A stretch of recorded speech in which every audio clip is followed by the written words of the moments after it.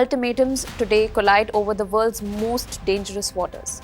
Tehran has declared that any strike on Supreme Leader Ayatollah Khamenei would amount to all-out war with Iran's entire nation.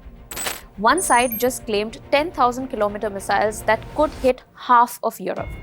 The other sends an aircraft carrier strike group. Welcome to the most dangerous stare-down since the Cuban Missile Crisis. Let's decode one of the most dangerous geopolitical flashpoints today. President Masoud Pezeshkian has declared that any strike on Supreme Leader Khamenei equals a full-fledged war with 80 million Iranians.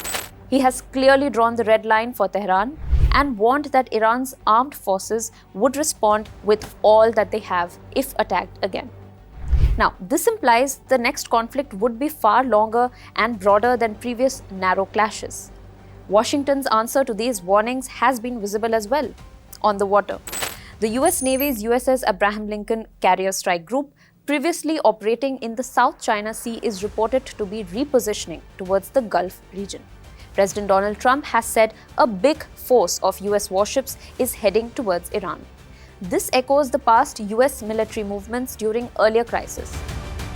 You know, we have a lot of ships going that direction just in case. We have a big flotilla going in that direction. And we'll see what happens. But unlike earlier limited engagements, such as the 12-day conflict of 2025, the current rhetoric from both capitals is more severe. Each side suggests that crossing red lines would carry existential consequences. Tehran frames its leadership and strategic posture as a bulwark against foreign domination.